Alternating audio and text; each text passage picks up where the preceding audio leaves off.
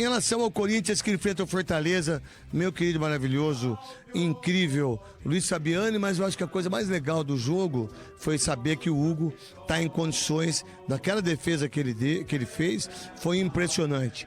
Mas a fase de preguiça, a fase de vontade de jogar futebol por parte do Garro, por parte do Memphis, que está machucado de novo, por parte do Roberto, é uma coisa muito estranha. Ranieri, que mostra que é um baita do volante. O que você viu do jogo? Quais informações você tem? Você tem Fortaleza e depois você tem Juventude, o último jogo, no dia 7 e dia 10, você tem o primeiro jogo lá em Belo Horizonte contra a equipe do Cruzeiro. Do meu entendimento, eu acho que o Corinthians não joga mais com o time titular nos 2 jogos. Vai jogar com o time misto do misto, os 2 jogos pra mim.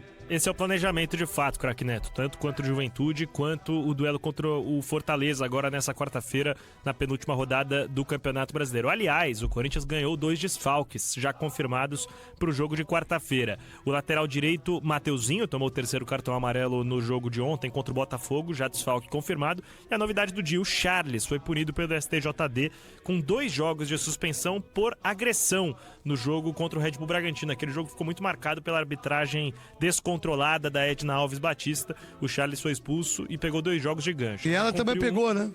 Ela não tá pitando mais Série A, mas não tem a suspensão anunciada. Lógico que não, né, meu? Maio pra cá, inclusive, o único jogo de Série A que ela apitou foi esse, Corinthians e Bragantino. A Edna, ela some, ela volta, faz um jogo, aí você lembra Isso, porque ela tava subindo. Exatamente isso. Tipo assim, ela vai fazer Corinthians e Juventude.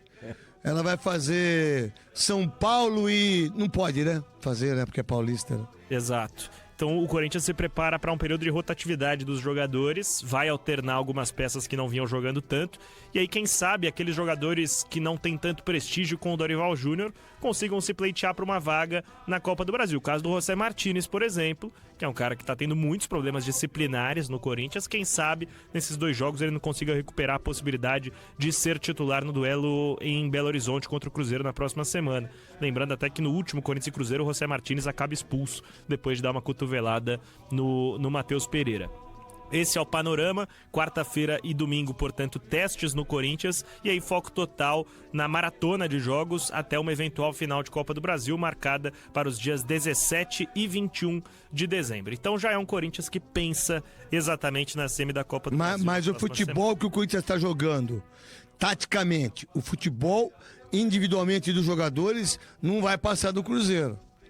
Desculpa, ou o Corinthians volta a jogar futebol, ou o Corinthians vai passar vergonha contra o Cruzeiro, no meu entendimento. E quem tá ganhando moral no Corinthians, craque Neto, isso mesmo desde antes do jogo de ontem, quando foi muito bem, é o Vitinho, no atacante, que entrou bem em alguns jogos recentes, e contra o Botafogo ele dá uma assistência fantástica. Tudo bem, mas tem que jogar o Yuri Alberto, o Memphis, o Garro, os caras bem. Não pode pensar em Vitinho, em Thales Magno e o Dieguinho. Tá tudo bem, se tem alguém que merece uma oportunidade é o Guinegão, porque ele tava jogando bem e fazendo gols. Agora, tem que voltar a jogar bola o Roberto, tem que jogar bola o Garro, tem que jogar bola o Memphis Depay. Aí sim o Corinthians tem chance. Carrilho andou em campo. Pouquíssima gente. Você tá de brincadeira, Carrilho, cara, não jogou nada. Um absurdo que esse cara fez em campo ontem. O último grande jogo do Carrilho foi a ida da final do Campeonato Paulista contra o Palmeiras, no Allianz Parque. Desde então é bem verdade que ele teve uma lesão séria. E aí vem fazer média. Ligamentar no tornozelo. E aí vem fazer média em relação, olha, eu vou dar dinheiro pro torcedor, que não sei o quê. Dá licença. Eu recebi com muita estranheza também essa informação de que o Carrilho havia feito uma exigência para seu empresário. De dar 100 mil reais. 100 mil reais a vaquinha da Neoquímica Arena. A doação de fato foi efetuada, isso consta no banco de dados dos Gaviões da Fiel. Mas é bem verdade, o Carrilho tem oscilado muito e quem tá crescendo bastante é o André. Vamos lá, qual foi o jogo? Qual jogo que o Carrilho foi importante pro Corinthians nos últimos 10 jogos? Desde a final do Paulista, nenhum. Disso eu tenho certeza. Olha quanto tempo faz. Nenhum. Foi em março, dia 27 de março. Cara, é impressionante. Vai bastante tempo. Nesse intervalo, quem tá surgindo é o André, garoto da base, que marcou um gol contra o Mirassol. Eu sei, mas como que você vai colocar o Dieguinho, o André, todo mundo pra jogar contra o Cruzeiro? Não dá, irmão. Pra jogar contra o Cruzeiro, o Memphis tem que jogar, o Roberto tem que jogar, o Garro tem que jogar, o Ranieri tem que jogar. Esse tá bem. Sabe? O Ranieri vem bem. Gustavo Henrique é o melhor jogador do Corinthians. Na temporada. O Hugo, Matheus Bidu, Mateuzinho, Breno Bidon. Carrilho, os caras têm que estar bem. Se o Corinthians não tiver com os 11 jogadores bem, não ganha do Cruzeiro.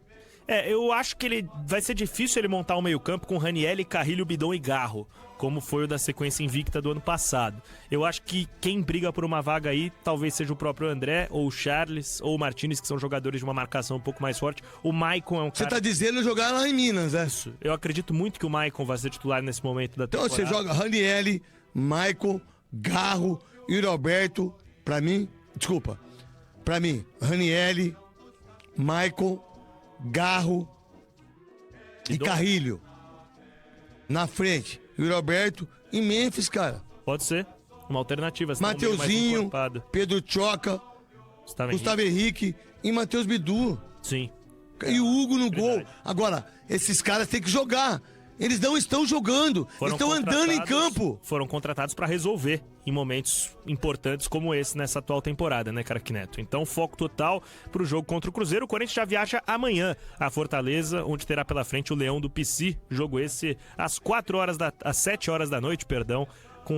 A gente vai acompanhar em tempo real aqui na Rádio Bandeirantes, porque vai ser uma quarta-feira de compromissos importantes dos times paulistas. O Santos encara o Juventude às 7h30 em duelo importante na luta contra a zona do rebaixamento.